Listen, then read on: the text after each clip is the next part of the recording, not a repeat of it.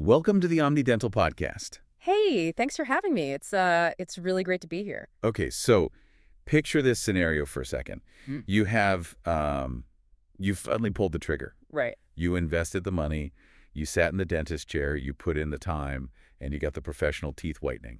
You walk out of the office, you catch your reflection in the rearview mirror, and it is just... A total transformation. It's the best feeling. It is. It's like a reset button for your face. Yeah, absolutely. You got that 100-watt movie star dazzling smile. You feel completely ready for your close-up, but then the next morning rolls around. Oh, no. Yeah. You shuffle into the kitchen, you reach for that life-sustaining cup of hot coffee, and suddenly you just freeze.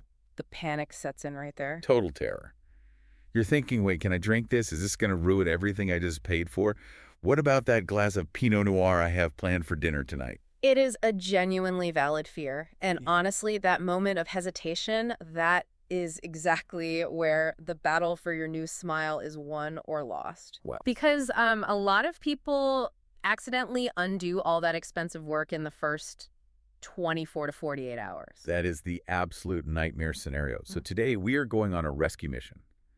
Consider this deep dive your definitive survival guide for the first 48 hours, and honestly, for the long haul after you get your teeth whitened. Yes. We're going to unpack the science of why your teeth are so incredibly vulnerable right after treatment, and we're going to give you the tactical playbook on exactly how to protect that investment. Exactly. Because we want to make sure that dazzling look isn't just a rental. You know, we want you to own it permanently.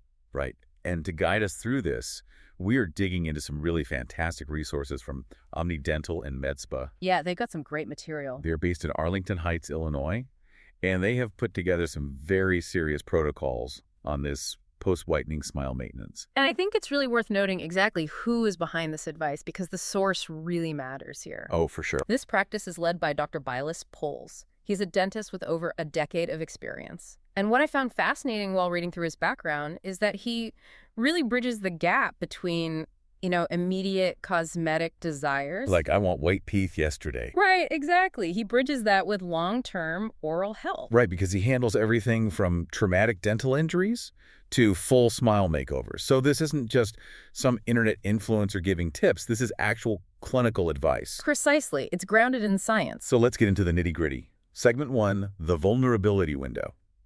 I really need to understand the science here. Why do we have to be so paranoid? I mean, if I get my car washed and waxed, I can drive it in the rain immediately. That's true. So why isn't teeth whitening permanent the second I leave the chair? That is a great analogy, but unfortunately, biology is just a little messier than a car finish. Okay. So here is the science behind it, based on the material from Dr. Poles. When you undergo a whitening treatment, you aren't just painting a white layer on top of the tooth. You are chemically interacting with the enamel. Okay, so what is happening chemically? Because I think a lot of us just assume it's like, I don't know, bleaching a t-shirt. It's similar, but living tissue reacts differently. You are asking your tooth enamel to essentially open up.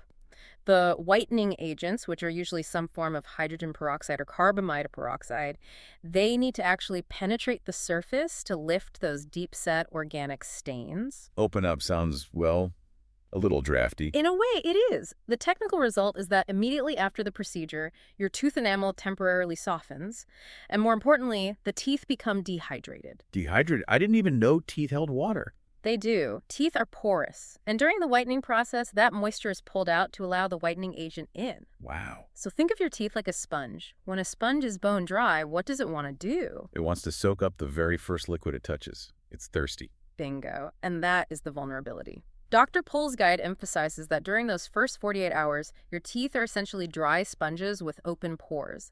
They are hyper-absorbent. That is a terrifying image. So instead of a sealed, hard shield, my teeth are basically looking to suck up whatever color I put in my mouth. For a very short window, yes. That is exactly why the 48-hour rule exists. The enamel is actively rehydrating and rehardening. It's closing those pores back up. Okay. But until that happens, you are significantly more susceptible to staining substances and plaque buildup than you would be on a normal Tuesday. So that 48-hour clock is real. It's not just a suggestion or a dentist trying to be overly strict. It is absolutely critical. If you ignore this window, the staining substances, the pigments in your food, they don't just sit on the surface. They can be drawn deep into the tooth structure. Oh, wow. Yeah, effectively reversing the whitening process before you've even had a chance to enjoy it. So it's about preventing what the source calls enamel erosion and making sure the results actually stick. Precisely. Oh. You are protecting the enamel while it reestablishes its natural barrier. Okay, the stakes are very high. We know the why. Now let's talk about the what. Segment 2, the do not eat list. This is the part where I feel like I'm going to get some bad news. It is a bit restrictive, I won't lie to you, but remember, we are talking about 2 days. You can do anything for 2 days. I can hold my breath for 2 days if it means keeping a white smile. All right, lay it on me. Who are the primary villains? The number one culprit for discoloration, according to OmniDental, is the category of dark liquids. I'm guessing water isn't on that list. Definitely not. We are talking about the holy trinity of staining: red wine, coffee, and black tea. Oh, that is rough. That is basically how I get through my entire morning and my evening. Why are these so bad specifically? Is it just the dark color? It's the color, but it's also the chemistry. Coffee is notoriously rich in dark pigments called chromogens. And remember the dry sponge analogy? Yeah. Because those pores are wide open, that brown pigment goes straight in. And what about red wine? Red wine is a triple threat. It has the dark color, it has acidity, which we will definitely get to in a minute, and it has tannins. Tannins are binding agents. They actually help the stain attach right to the tooth. So red wine is actively trying to ruin my smile. It's like it's engineered to stain. Essentially, yes. If it can stain a white tablecloth, it is absolutely going to stain a freshly whitened tooth. That is the golden rule Dr. Pohl suggests you live by. That's a really good rule of thumb. The tablecloth rule. What about the next category? The source material mentions the sauces. Right. So we aren't just talking about beverages. We are talking about soy sauce, marinara sauce, balsamic vinegar, basically anything with a deep, rich color base. So if I'm ordering sushi, skip the soy sauce for 48 hours. If you dip that porous tooth into soy sauce, it's going to absorb all that dark sodium richness. and for pasta, Go for a white sauce, an Alfredo, or maybe just garlic and olive oil. Avoid the red marinara. It's vibrant red, which means it's vibrant trouble for a freshly whitened smile. okay, Alfredo it is. Now, this next one actually surprised me a little bit because I usually think of this food group as really healthy. The acids. This is a highly nuanced point that Dr. Pools makes, and it really demonstrates that this isn't just about vanity, it's about health. We're talking about citrus fruits, so lemons, oranges, grapefruits, and other acidic foods like pickles or vinaigrettes. Usually dentists are telling us to eat more fruit. Why are they the bad guys in this specific scenario? It goes right back to that softened enamel we talked about. Remember, the enamel has just been through an intense chemical process. It is temporarily much weaker. Okay, I follow. If you introduce high acidity right now, you aren't just risking a color stain, you are risking actual erosion. The acid attacks the enamel while it's down, so to speak. It's like kicking the enamel while it's vulnerable. Exactly. It can lead to increased sensitivity and structural weakening. So you want to stick to neutral, non-acidic foods during that recovery window. Think chicken, rice, bananas, pasta. Bland is beautiful for 48 hours. Bland is beautiful. I'm going to put that on a t-shirt. Got it. So, no lemonade while showing off the new smile. Now, beyond food, there are some habits the source material heavily warns against. Yes. The really big one is smoking. I imagine that's a no-brainer for general health, but specifically for whitening. It is the single fastest way to undo the procedure. Tobacco smoke is filled with tar and nicotine. Tar is naturally dark, but nicotine, which is actually colorless, turns yellow when it mixes with oxygen. Oh, gross. Yeah. When you smoke right after whitening, you are essentially spray painting your teeth yellow. Wow. Put that way, it sounds awful. Plus, it promotes plaque buildup. And remember, plaque is sticky. If you have plaque, stains have something to physically hold on to. Speaking of sticky, that brings us to the last villain on the list. Right. The sticky foods category. Caramels, gummies, taffy, even some dried fruits. What's the mechanism there? Why sticky? It is all about contact time. If you drink coffee, you swallow it, it passes by the teeth pretty quickly. But if you eat a caramel, it clings. It sticks directly to the tooth surface and stays there for minutes, sometimes even hours. So it's just sitting there leaching sugar and potential stain into that open pore. Exactly. You are maximizing the exposure time. We want foods that slide right off. Okay, so I've navigated the minefield. I haven't had my coffee, I've avoided the marinara, I threw away all the taffy. But let's be real, life happens. Let's say I slip up. Or let's say I just have to eat lunch and I can't find a plain piece of chicken. What is in our maintenance toolkit? Yeah. The segment 3. The source gives us some really practical, immediate defense tactics. The most important one, it's surprisingly simple. Rinsing. Just water? Just plain water. Dr. Poles emphasizes rinsing your mouth immediately after eating anything during this window. Why is something so basic so incredibly effective? It's physics. You are physically flushing the area. You wash away the pigments and the acids before they have a chance to settle into those open pores. It also helps neutralize the pH in your mouth if you did eat something slightly acidic. It's essentially a simple reset button for your mouth. Okay, swish and spit. Ah, I could do that. yeah. What about brushing? My instinct would be to run to the bathroom and scrub my teeth to get the food off immediately. You want to brush, but you have to be extremely careful. The recommendation is to use a whitening toothpaste to help maintain brightness, but, and this is a massive but, you must brush gently. Because of the softened enamel. Correct. Imagine if you had a severe sunburn on your arm. Would you scrub it with a rough loofah? Ouch. No, absolutely not. That is your enamel right after whitening. If you go in there with a stiff bristle brush and scrub like you're cleaning shower grout, you could actually damage the enamel surface. You want to use a soft bristle brush and very gentle circular motions. Okay. Gentle touch. Treat it like silk. Now, let's look at the long game. I've survived the 48 hours. I'm totally in the clear. How do I keep this look? Because I do not want to be doing this again in 3 months. The strategy from Omni Dental is consistent maintenance. They recommend professional cleanings, regular checkups, and touch-up whitening every 6 to 12 months. That seems like a pretty reasonable schedule. It is. The logic is that routine maintenance prevents deep stains from returning. It's much easier and significantly healthier for your teeth to do a minor touch-up on a slightly faded smile than to wait 5 years and have to blast your teeth with a high-intensity deep whitening treatment all over again. It's like maintenance on a car. Change the oil regularly and it runs forever. Ignore it, and you're replacing the whole engine. Exactly. Consistency beats intensity in the long run. So we have the what and the how. Now, I really want to shift gears to the who. We've been quoting Omni Dental and MedSpa throughout this deep dive, but let's do a bit of a profile on them. Because as I was reading through their About Us page, I realized this isn't just a standard dentist office where you grab a stale magazine and sit in silence.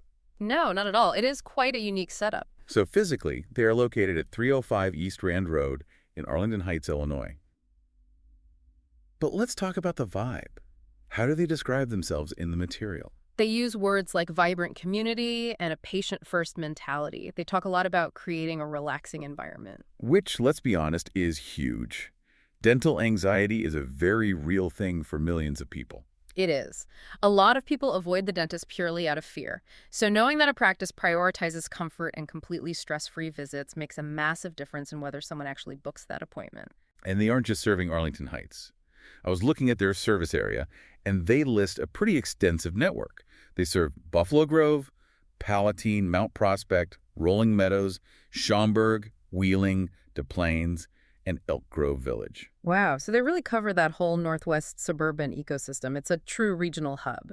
But here is the twist that really caught my eye. And this is what makes this specific deep dive really interesting to me.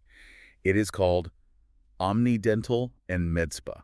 Yes, that is the fascinating differentiator here. Usually you go to the dentist for your teeth and you go to a spa or a dermatologist for beauty, but they have completely collided these two worlds. It is a growing trend, but they seem to have integrated it fully. On one side, you have the standard dental menu, general dentistry, root canals, sleep apnea appliances. The serious medical stuff. Right, implants, specifically the all-on-4 procedure and the cosmetic stuff we've been discussing, like Invisalign and smile makeovers. But then you look at the aesthetic menu. And it is wild. I'm looking at the list right here.